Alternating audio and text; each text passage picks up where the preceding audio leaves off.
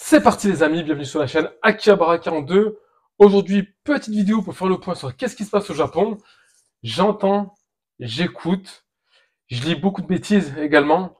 Il y a les personnes qui pensent qu'il se passe ce qui ne se passe plus. Il y a des personnes qui pensent tout et n'importe quoi. Donc je suis là pour faire la lumière et le point et faire la part des choses. On va commencer sur qu'est-ce qui se passe au Japon dans le sens au niveau de la collection rétro gaming avant tout. Qu'est-ce qui se passe?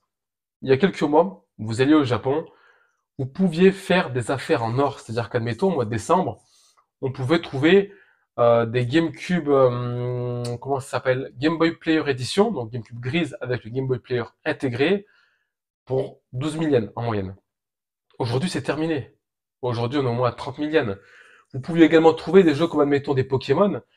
Pokémon jaune, on le trouvait à 3300, 3500 yens. Aujourd'hui, on a 12 000 yens à peu près. Tous les jeux ont explosé. Soit les rayons sont vides, soit les cotes elles sont devenues démentielles. Il y a beaucoup de jeux qui sont même plus chers en version japonaise qu'en version française. Ça, c'est la folie. Je pense entre autres au Sonic sur Mega Drive. C'est pareil pour tous les jeux qu'on avait dans les book-off ou en brocante, etc. à 100, 200 yens. Ça, c'est terminé. Les jeux à 200 yens, ils sont passés à 1000, 1200, 1400, 1600 yens. Je parle même pas des jeux à 2000 yens à l'époque, qui sont à 7, 8000 yens. Donc niveau rétro gaming, les bonnes affaires, c'est terminé. Par contre, bizarrement sur le récent, on va prendre la Nintendo Switch, vous pouvez la trouver, l'édition Tears of the Kingdom, sur place à 38 000 yens. Ça représente à peu près 260, 270 euros. Donc elle est quand même moins chère qu'en France. Des jeux comme les Pokémon Perle et Diamant, je pensais entre autres. Moi j'en ai vu à 1000 yens dans certaines enseignes. Donc 1000 yens, ça représente au jour d'aujourd'hui 6,70 euros. Donc ça, c'est des prix complètement imbattables. À savoir que sur les Pokémon Perle et Diamant, vous avez la version française qui est intégrée. Donc ça, c'est bien à savoir. La console n'étant pas zonée, vous pouvez faire des bonnes affaires sur le récent. Sur l'ancien, fini de rêver, sauf si vous avez des très bons contacts sur place.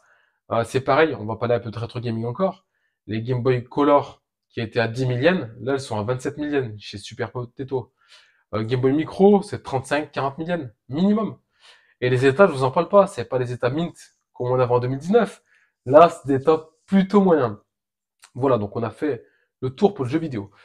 Deuxième chose, on va parler de tout ce qui est figurines, tout ce qui est Dragon Ball, tout ce qui est Ichiban Kuji et compagnie. Donc comme vous le savez pour la plupart, les Ichiban Kuji ne passeront plus en France en Ichiban Show, c'est terminé. Donc si vous voulez vous procurer de l'Ichiban Kuji, faut passer par la case importation. Qui dit importation dit frais de douane, frais de transport. Donc, ça va vous coûter assez cher, sachant que les Ichiban Kuji, les prix ont pété sur place. On va prendre le Shenron de Dragon Ball GT. Donc, celui-ci était disponible au mois de décembre, à peu près entre 21 et 22 000 yens. C'était le prix courant.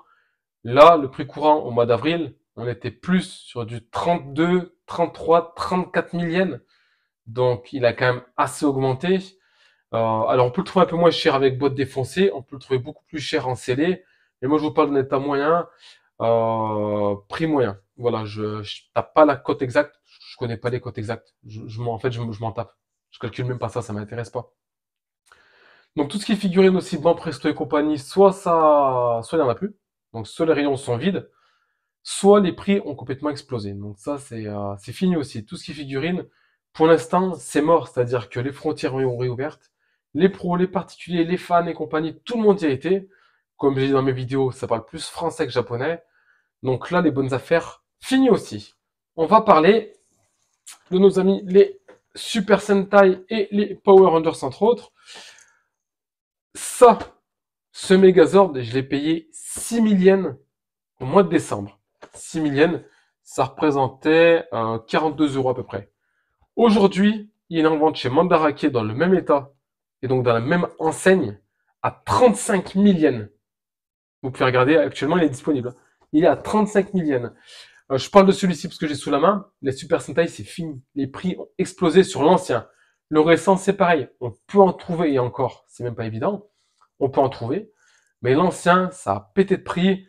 Je vous parle même pas des Gao Rangers, des anciennes séries, des anciennes saisons. C'est terminé. On n'en trouve plus. Donc, les belles pièces, là, c'est pareil. Ça va être très, très compliqué. Je suis content d'avoir fini mon full set. Sinon, je me serais tiré une balle dans le portefeuille et c'était pas judicieux. On va terminer avec deux choses. On va commencer par les Soul of Shugokin. Pareil, on va prendre Voltron. Voltron, c'est GX71 de mémoire. On le trouvait à 21-22 000 yens. Là, il est à 45 000 yens. Donc les Shogokin terminés, surtout qu'ils sont remplacés par des petites maquettes ou des tout petits Shogokin de 17 cm à des prix complètement ahurissants. On termine avec les cartes. Ça, il fallait que j'en parle. Donc tout ce qui est Cardass Dragon Ball, Senseiya, on oublie. Tout ce qui est Cardass, c'est fini. Tout ce qui est cartes Pokémon, c'est terminé. Ils vendent plus de displays aux étrangers. Ça, c'est foutu. Les displays complètes, ils les vendent plus non plus. Ils vendent les cartes aux enfants. Donc si vous êtes adulte pour faire votre collection, c'est foutu. Merci les scalpers. Voilà, ça c'est très compliqué. Tout ça pour vous dire qu'en gros, allez au Japon pour profiter de la nourriture, les habitants, c'est-à-dire leur culture, leur patrimoine. C'est très intéressant. Je trouve que c'est un pays qui est encore magnifique. Il vous accueille, c'est magnifique. Si vous allez à but professionnel ou à but commercial ou juste à but de collection, soit vous avez le portefeuille bien garni et dans ce cas-là, vous pourrez faire des affaires. Sinon, les amis, c'est terminé. Et quand je dis que c'est terminé, c'est terminé. Les belles pièces ont disparu. Donc, il va falloir faire avec. Voilà, les amis, j'ai fait une petite vidéo sortie de contexte pour faire le point, pour dire exactement ce qui se passait, vu que j'ai la chance d'être régulièrement sur place, d'avoir des amis qui vivent sur place, donc on sait de quoi on parle. On se fie pas aux médias, on se fie pas à Pierre-Paul Jacques, on se fie à ce qu'on voit, à ce qu'on vit sur place. Les amis, partagez, commentez, abonnez-vous, c'est très important. On se retrouve très bientôt pour la suite des aventures de Akihabara. Cette fois-ci, à nouveau, au Japon. On repart dans très peu de temps. Et d'ici là, les amis, prenez soin de vous. Et c'est parti. À bientôt, les amis. Ciao, ciao.